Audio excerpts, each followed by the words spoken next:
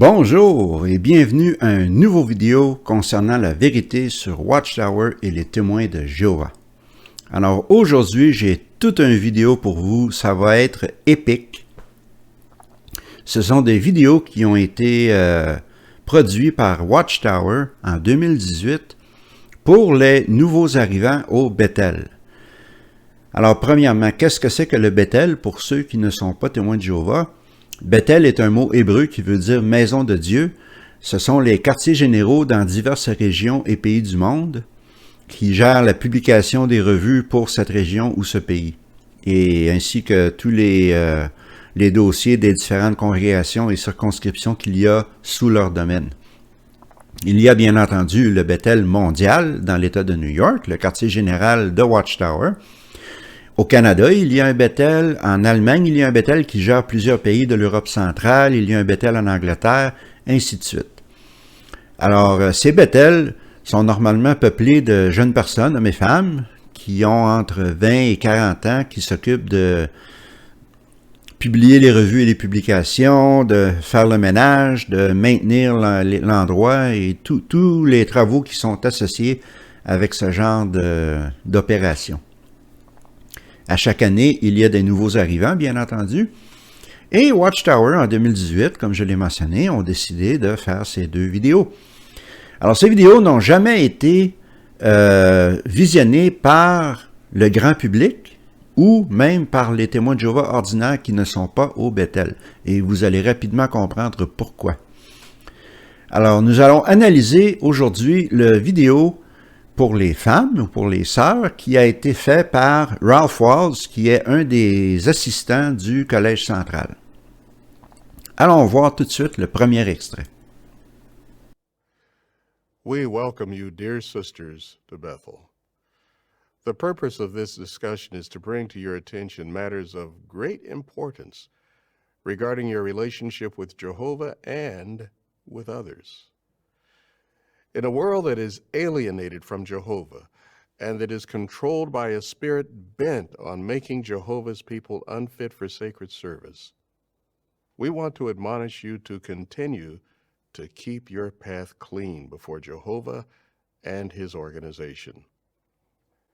We live in a wicked world that actively tries to mold everyone into its ways.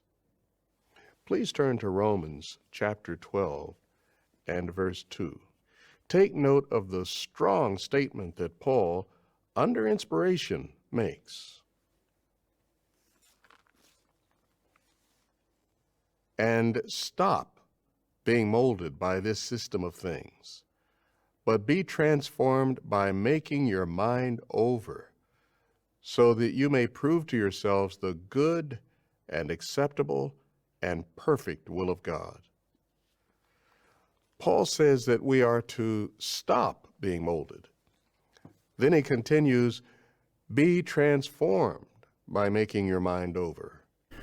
Pour ceux d'entre vous qui n'êtes pas témoins de Jéhovah, eh bien oui, la société Watchtower et les témoins de Jéhovah en général ont cette mentalité de siège dans laquelle le monde extérieur qui ne fait pas partie de la bulle de Watchtower est contrôlé par Satan, que c'est mauvais, que c'est pernicieux, que c'est fait seulement pour nous tromper et nous faire trébucher, qu'il faut se tenir à distance et qu'il ne faut pas être moulé par le monde. Ce que Ralph Walls ne dit pas, c'est qu'il faut être moulé par Watchtower. Deuxième extrait. Satan's world delights in practices that can make us unclean and unfit in Jehovah's eyes, even in seemingly small ways. Unless we take strong measures, we will be influenced by the world, even in subtle ways. The spirit of the world is powerful. So, how can we maintain our clean standing before Jehovah? Attraction to the opposite sex is normal and something that Jehovah created within us. Yet, in our imperfect state, there are things that we have to be aware of. The governing body loves you and wants you to experience the immense joy that comes from serving Jehovah with a clean conscience. So it's for this reason that we share with you frank and specific counsel related to matters of conduct in two areas: your personal habits and in your dealings with others. Let's discuss some of the things that you must be on guard against in your personal habits. Dress and grooming is important for all of Jehovah's people, but for those serving at Bethel, it is especially important that thought be given in this area. Brothers and sisters, parents and young ones, look to the worldwide Bethel family as examples of modest dress and grooming. Alors Ralph ici nous tente de nous faire des justifications pour la microgestion et les règles ridicules qu'il est sur le point de décharger sur les pauvres femmes qui travaillent au Bethel. Mais pourquoi le Bethel plus que les autres? Pourquoi est-ce que le Bethel est mis en exemple par-dessus les autres témoins? Si ces règles s'appliquent à tous les témoins de Jéhovah, alors pourquoi est-ce que ces vidéos ne sont pas disponibles pour tous les témoins de Jéhovah? Vous allez bientôt comprendre pourquoi. Allons voir le troisième extrait. Dear sisters, please avoid short skirts or dresses above the knee, tight-fitting, revealing, low-cut, or otherwise immodest clothing. If you do not give thought to what you wear and how you groom, you will likely be influenced by the world's fashions. This applies not only when at meetings, but also during times that allow for more casual dress and when we're working in our assignments. Et c'est parti! Ralph dit aux sœurs comment s'habiller. Alors, c'est une vidéo qui a été faite de toute évidence par un ou des hommes. Watchtower, c'est bien connu, est une organisation qui est très patriarcale, qui est misogyne.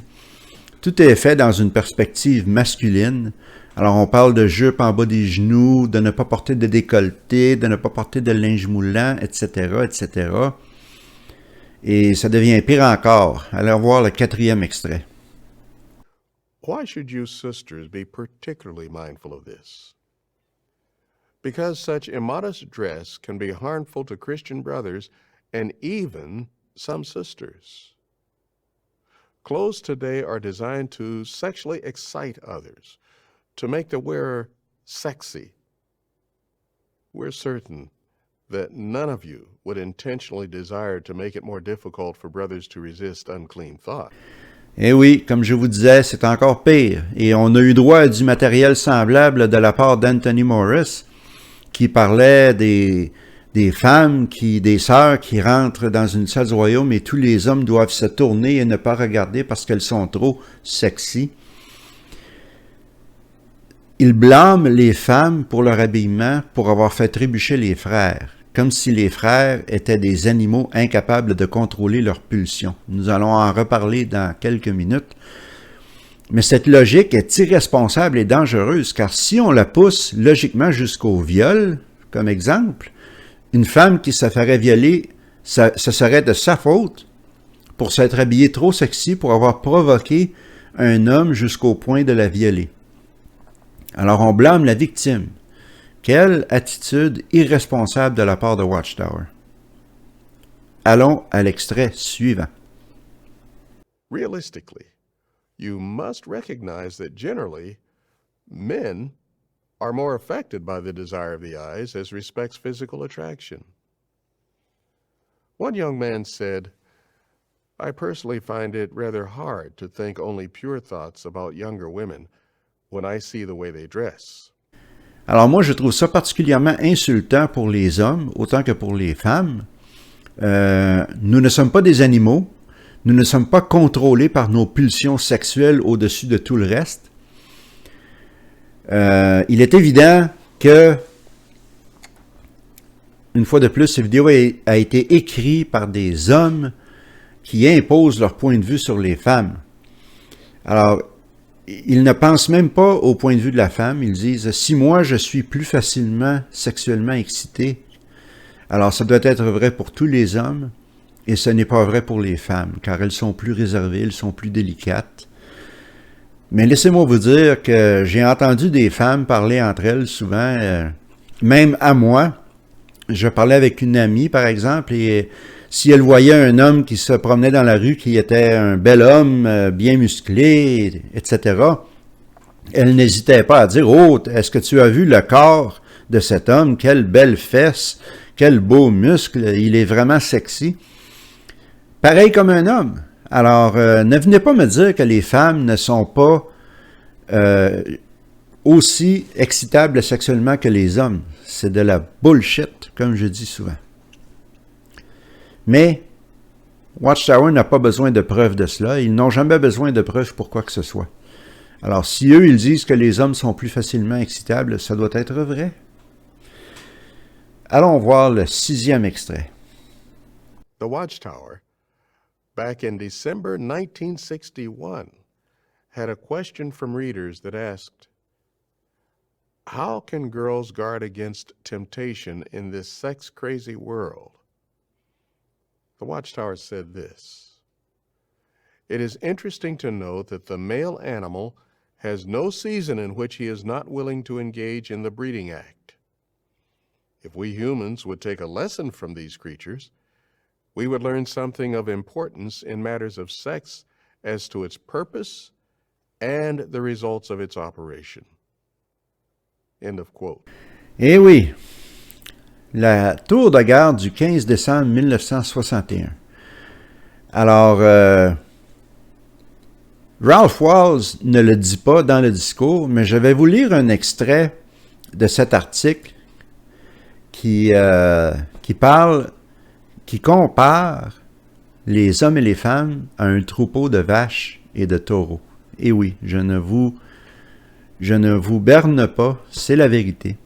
Alors, le premier paragraphe qu'on voit ici mentionne que les taureaux ne dérangent pas les vaches lorsqu'elles ne sont pas prêtes à concevoir de veaux. Et la tour de garde note avec intérêt qu'il n'y a pas de saison dans laquelle le taureau n'est pas prêt à agir sexuellement. Le deuxième paragraphe dit « Si nous, les humains, prenions une leçon de ces créatures, nous apprendrions quelque chose qui est important en ce qui concerne le sexe, ce pourquoi il a été conçu et les résultats de son opération. » Autrement dit, d'après Watchtower, le sexe ne sert qu'à avoir des enfants. Il ne devrait pas y avoir de sexe pour le plaisir. Ça, c'est dans les années 60.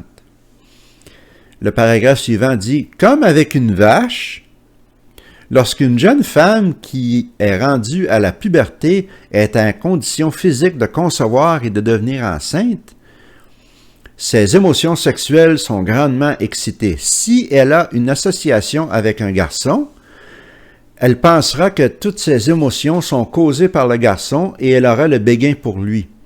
Si ce garçon devient sexuellement excité et qu'elle cède son corps à ses avances sexuelles, elle deviendra enceinte à cause d'une seule expérience sexuelle. Quel matériel absolument ridicule! On voit bien que ça date des années 60, mais Watchtower dit que ce matériel est encore valide en 2018. Imaginez cela. Complètement ridicule. Et ils en sont fiers. Oui, oui, on sait qu'on est au 21e siècle, mais regardez ce qu'on a écrit en 1961. Est-ce que ce n'est pas fantastique? 7e extrait. Men are generally more easily aroused.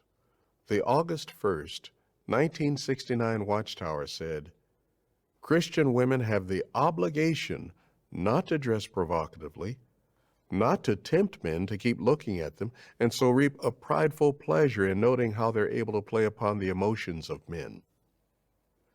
So, using your power of reason, you must realize that Satan's system molds the fashion industry so that the clothing worn by women will excite men. Please, be mindful of the need to be modest in what you wear at all times." Incroyable. Une fois de plus, complètement patriarcal, complètement misogyne, écrit par des hommes qui ont une très basse opinion des femmes. Je parle de la citation que Ralph Walls a fait de la tour de garde. C'est condescendant. Alors les femmes seraient orgueilleuses, manipulatrices, s'habilleraient de façon provocante pour exciter les émotions des hommes. Quelle attitude malsaine, extrêmement malsaine envers les femmes. On voit tout de suite que ça date des années 60, mais une fois de plus, Watchtower continue à dire que ces informations complètement passées date s'appliquent au 21e siècle. Ils vivent vraiment dans le passé. On passe au 8e extrait. The next area of concern is a more sensitive matter. That is to resist the unclean habit of self-abuse or masturbation. This involves the deliberate stimulation of the genital organs. Don't let yourself become contaminated by this unclean habit. Oh, la masturbation! Vous comprenez peut-être mieux maintenant pourquoi ces vidéos ne sont pas disponibles pour la majorité des témoins de Jéhovah et surtout pas pour le public au large qui n'est pas témoin de Jéhovah. Ce serait une humiliation totale pour Watchtower. Heureusement, il ne parle pas beaucoup de la masturbation aux femmes, un peu plus d'une minute, comparé à ce qu'il dira sur les hommes dans la vidéo pour les hommes, où ils en parlent encore beaucoup plus longtemps. Mais c'est un signe de misogynie encore, car ils se foutent de la sexualité des femmes, ils ne veulent pas la comprendre, ils ne la comprennent pas. La masturbation est un crime ou un péché qui ne fait pas de victime. C'est parfaitement naturel et en plus, la Bible n'en dit pas un traître mot nulle part, ni dans l'Ancien Testament, ni dans le Nouveau Testament. C'est des règlements inventés par Watchtower pour mieux contrôler leurs adeptes. Passons au 9e extrait du vidéo. Here's a situation that might arise. A sister views a list of recommended pictures and videos displayed by a social media application. Maybe it's installed on her phone. She comes across some provocative pictures. She doesn't open the pictures, but she lingers over what they call thumbnail images, which are small images reduced in size. As she studies them, she becomes aroused to the point of engaging in self-abuse. Anyone can happen upon pornography accidentally. This world has made it easy for that to happen. But if one intentionally practices exposing oneself to such harmful images, that may lead to such uncleanness. Up until now, we've discussed personal matters. But let's talk about conduct with others. First, we will discuss something that is very common in the world with single and married persons alike: flirting. In some instances, individuals may not realize what flirting involves. It can involve using flattering speech or provocative body language towards someone with no intention of pursuing an honorable, romantic relationship, or not being in a circumstance to pursue a romantic relationship. For example, a sister compliments a brother on the way he is dressed for work. On another occasion, she mentions his new haircut. And from time to time, she sends him a text message to check to see that he's arrived home safely. Now, such actions on the part of a married sister or a single sister towards a married man are totally inappropriate and lead to disastrous consequences. If the sister and brother are single, what should she consider? That this brother would be justified in concluding that she has a romantic interest in him.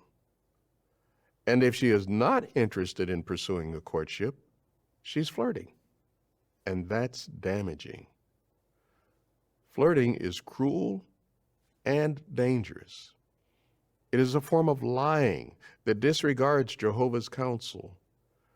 The Bible is very plain in its expressions on lying. Proverbs 12:22 says, "Lying lips are detestable to Jehovah."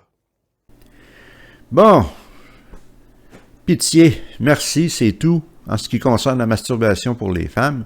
Mais comme vous le verrez la semaine prochaine, ça va être spectaculaire dans la vidéo pour les hommes. Et ensuite, on parle du flirt. On compare le flirt au mensonge. Et à quel point Jéhovah déteste les mensonges. Mais le Collège central, avec ses prophéties fausses de 1925, de 1975, les citations tordues de savants et autres autorités, puis ça vaut une vidéo juste les mauvaises citations qu'ils ont fait au fil des ans. Là, probablement que je ferai une vidéo sur cela plus tard. S'il y a des menteurs sur la planète, ce sont encore bien plus les membres du Collège central que les femmes qui flirtent avec les hommes. Et ces règlements interdits de donner des compliments à un frère marié, c'est totalement inapproprié. Il y a plus de matériel là-dessus maintenant qu'il y en a sur à quel point c'est inapproprié pour les anciens d'une congrégation de ne pas dénoncer un cas de pédophilie aux autorités policières.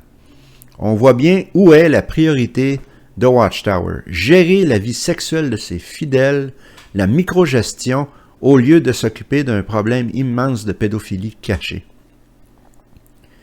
Passons au 10e extrait du vidéo. Is it possible that a sister could let her guard down with a married brother? Here's a circumstance where that could happen. A young sister is taken in or adopted by a married couple. The husband, who may be older, hugs her affectionately in public and views her as his little sister. She visits their room often and feels very comfortable talking to the brother about her concerns. The sister feels that they are like family. There's nothing wrong with such relationships. In fact, they can have a wholesome, nurturing effect. Expressions of affection toward others vary greatly in different cultures. However, good discernment and judgment must be exercised. Please be mindful that hugging, stroking, and kissing a brother on the cheek may be intended to convey wholesome love. But keep in mind that marriage does not make the brother immune from becoming emotionally attached or sexually aroused. And if you feel a particularly strong emotional attachment to the brother, it can lead to trouble. Alors, je trouve l'utilisation de ce mot « adopter » un peu étrange. Pourquoi est-ce qu'une personne adulte aurait besoin d'être adoptée par un couple marié? J'avoue que c'est vrai que cela peut produire des situations troublantes. Et la plus grande preuve qu'on a, et je suis certain que Ralph Walls le sait, même s'il ne le mentionnera jamais, Charles Taze Russell, le fondateur des étudiants de la Bible, qui sont plus tard devenus les témoins de Jéhovah, et sa femme avaient pris une jeune fille, adopté une jeune fille comme cela sous leur aile pour la guider. Elle s'appelait Rose Ball. Et plus tard, dans les procédures de divorce de Charles Taze Russell, et oui, un divorce, sa femme a allégué qu'il y avait beaucoup plus que du flirt entre Charles Taze Russell et Rose Ball. En fait, c'était un secret ouvert que Rose Ball était la maîtresse de Charles Taze Russell. Alors, on comprend un peu pourquoi Ralph Walls est tellement inquiet de ce genre de situation, mais par contre, il ne devrait pas encourager ce genre de situation. Les adultes n'ont pas besoin d'être adoptés. Et toutes ces règles donnent ou produisent une ambiance de paranoïa dans les Bethel où les femmes et les hommes d'ailleurs ont peur de dire ou de faire quoi que ce soit qui pourrait être mal interprété par une personne mariée de l'autre sexe. La paranoïa totale. Allons voir l'11e extrait de ce vidéo. If you are a married sister, your husband has the right to expect that he is your closest confidant and the sole object of your romantic attention. Of course, there's a need for balance. Exercising appropriate caution does not mean that you should be stiff and aloof around members of the opposite sex, married or single. Nonetheless, at Proverbs 28:26, the Bible makes the point that we cannot trust our own heart. Alors, je ne vois pas comment il serait possible d'être autre chose que rigide ou distante ou froide lorsqu'on m'impose de tels règlements pour une sœur. Là. Elles sont terrifiées de dire ou de faire n'importe quoi. Et après, on parle du cœur qui est traître. Ce verset a été souvent utilisé pour les jeunes, même lorsque moi j'étais adolescent dans les témoins de Jéhovah. On disait « Faites attention à votre cœur, le cœur est traître ». Mais ce verset avait l'effet d'écraser l'estime de soi, de nous faire douter de nous-mêmes constamment, dans toutes les situations. Ouais, mais mon cœur est traître, je devrais me méfier. Toujours, jamais avoir confiance en soi, toujours avoir confiance en Watchtower. C'est une autre méthode de manipulation. Alors, passons maintenant au 12e extrait. Il en reste plusieurs, mais je trouve qu'on s'amuse pas mal. Inappropriate use of electronic devices and cell phones is another area that the world promotes. Sexting in the world is common, particularly among young people. This involves sending sexually explicit messages, images, or pictures. How can this happen among Jehovah's people? A sister video chats with her boyfriend. As they draw closer, their conversation turns to discussing sexual subjects. They are progressively more unclean, becoming sexually explicit, perhaps even sending provocative photographs. Both need assistance from the elders.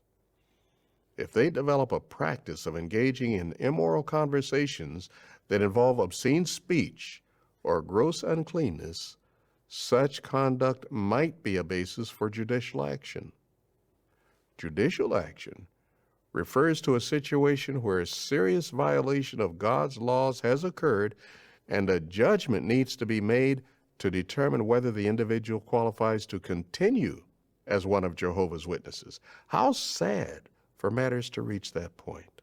Alors, autrement dit, deux adultes consentants qui sont dans une relation amoureuse peuvent être exclus pour le simple fait de s'envoyer des messages textes sexy ou des photos sexy.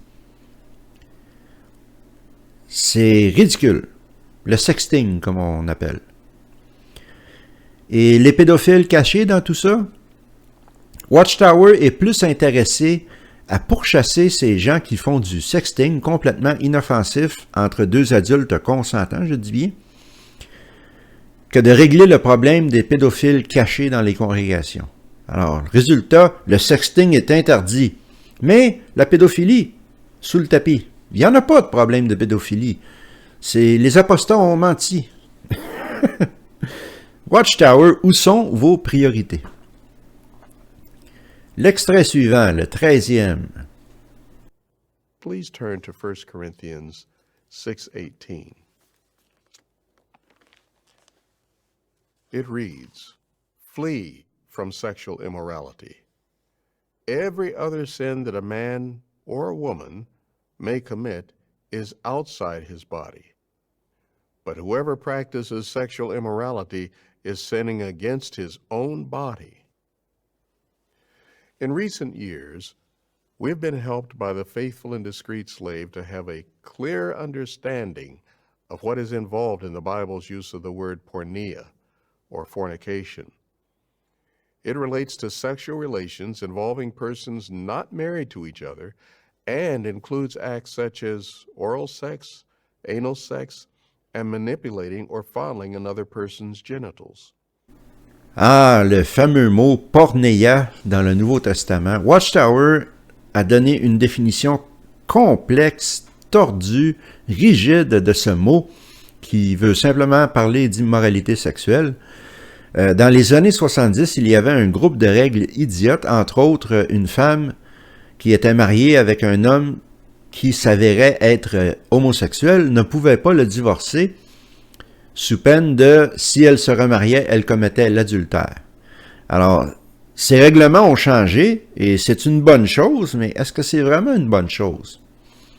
Parce que Watchtower a changé un groupe de règles idiotes pour un autre groupe de règles idiotes, comme nous allons le voir dans le prochain extrait, le 14e. There can be porneia even if there is no skin-to-skin contact. For example, if a couple are courting and become passionately inflamed, and he lies on top of his girlfriend, and they simulate sexual intercourse, even with clothes on, this constitutes porneia. Much has been stated on this matter in our publications. One reference is the February 15th, 2004 Watchtower, pages 13 and 14. Alors, exclu. Encore là, deux adultes consentants dans une relation amoureuse, pour s'être embrassés et caressés sans même enlever leur linge, cela constitue de l'immoralité sexuelle et est suffisant pour l'exclusion et un comité judiciaire. Encore une fois, les priorités de Watchtower, la microgestion des habitudes sexuelles de leurs fidèles, mais la pédophilie, on oublie, ça n'existe pas. Complètement tordu. C'est rageant. Passons à l'extrait suivant. Satan and the demons are desperately trying to corrupt God's people. Unfortunately, some have fallen victim to these snares. That is why, out of love, we find it necessary to be so clear on what Jehovah has set as standards. Although Satan has managed to influence the world's thinking on the subject of sexual immorality, and even of homosexuality, Jehovah's view has not changed. That is why we want to emphasize the need to follow Paul's inspired advice. Stop being molded by this system of things. Ah oui, c'est dans l'amour qu'on contrôle ses adeptes. C'est de l'amour d'exclure les gens pour s'être embrassés même quand ils sont complètement habillés. C'est de l'amour d'exclure les gens pour s'être envoyés des messages textes sexy. Ce n'est pas du tout une preuve que Watchtower est une secte contrôlante et manipulatrice. Absolument pas. 16e extrait. Feed your love for Jehovah's commandments and your hatred for the perversions of Satan's system. Be honest with yourself and Jehovah about your weaknesses. Make it a matter of prayer, as did the psalmist. It is important to dwell according to knowledge, both with others and with yourself. Being aware of the difference in the makeup, physically and emotionally, of men and women. Over the years, the faithful slave has given us much to think about. For example, back in the July 8th, 1965 issue of The Awake, pages 16 to 19, is the informative article, A Mother Talks to Her Daughters. And in the December 8th, 1968 Awake, pages 16 through 19, A Father Talks to His Son. Ah, ces articles ridicules. Encore une fois, le Watchtower se base sur des vieux articles des années 60 et les applique à notre époque. Je vais vous lire un extrait du premier article qui était dans le Réveillez-vous du 8 juillet 1965. Alors, c'est une mère qui parle à ses filles et entre autres, elle parle de la menstruation. C'est un signe qu'une femme peut avoir un bébé. C'est une chose normale, naturelle. Il n'y a pas à avoir honte de cela. C'est la façon du Créateur de te préparer à ton futur rôle de mère. Alors, quelle est l'implication ici? Pas de carrière, pas de rêve, pas d'études supérieures. Ton rôle, ce sera de te marier, d'avoir des enfants et de rester à la maison. Peut-être de devenir pionnier. C'est pas mal le maximum qu'une femme peut espérer dans la société Watchtower. Et en ce qui concerne l'autre article qui date du 8 décembre 1968, c'est un père qui parle à son fils, c'est encore plus ridicule. Alors le père dit à son fils, « Souviens-toi que l'apôtre parlait des hommes qui devenaient violemment enflammés de passion les uns envers les autres, hommes avec hommes faisant des choses obscènes. » C'était des hommes et même des jeunes garçons qui développaient une passion impure pour l'intimité sexuelle avec d'autres hommes. Mais comme dans tout, il y a les petits débuts qui mènent à une telle situation. Habituellement, donner trop d'attention aux organes sexuels. Je me souviens, lorsque j'avais ton âge, que certains de mes compagnons avaient pris la mauvaise habitude de jouer avec leurs organes sexuels. Ah, la fameuse politique, si on veut, de Watchtower qui dit que la masturbation rend gay.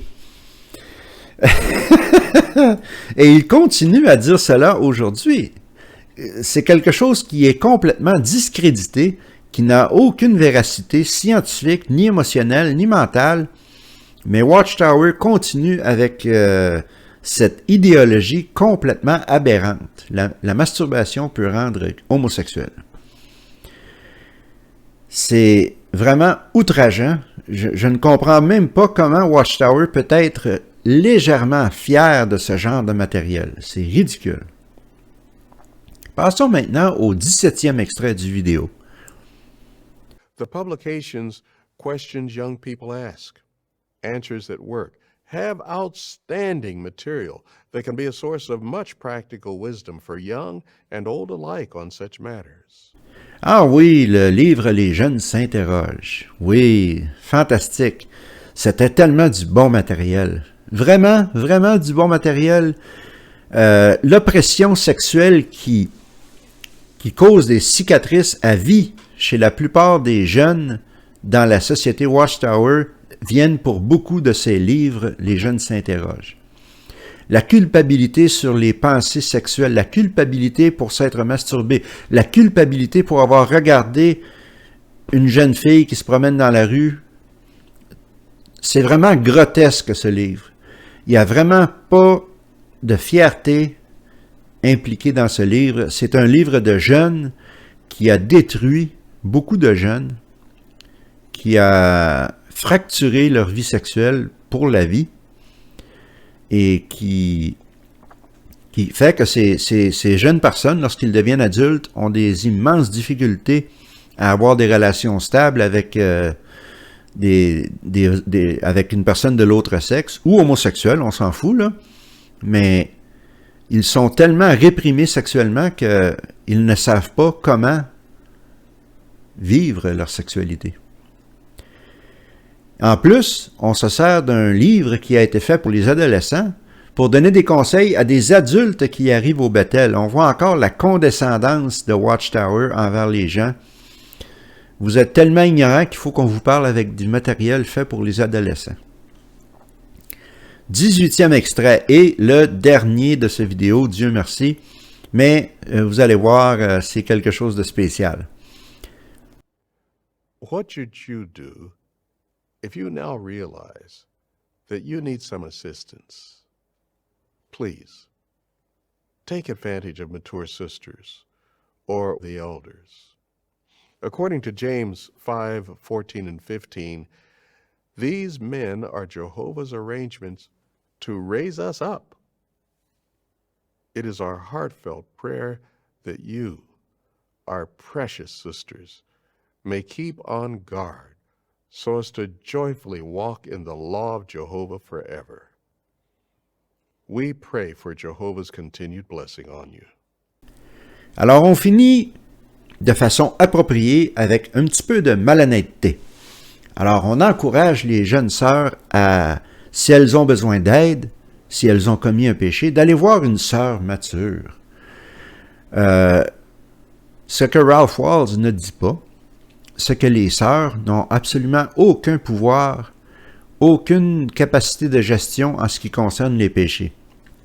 Qu'est-ce qu'une sœur mature dirait à une jeune sœur qui viendrait la voir à propos d'un péché de masturbation ou quoi que ce soit d'autre, une des centaines de causes qui peut provoquer l'exclusion? Elle va dire, ben, écoute bien, il faut que tu ailles voir les anciens. Et si tu n'y vas pas, moi, je vais dire aux anciens qu'est-ce que tu m'as dit.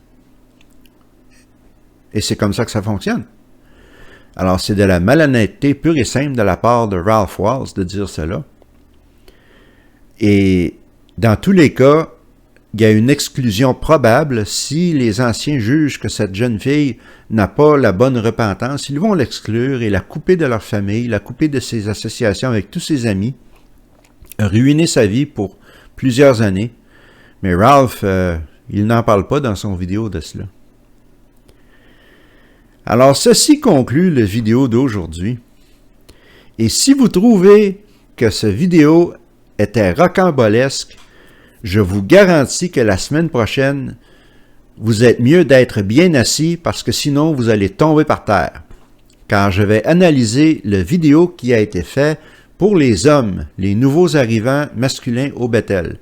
Il est plus long et beaucoup plus détaillé et beaucoup plus outrageant. Vous n'en reviendrez pas, je vous le garantis. Alors, soyez à l'écoute, vous n'allez pas le regretter.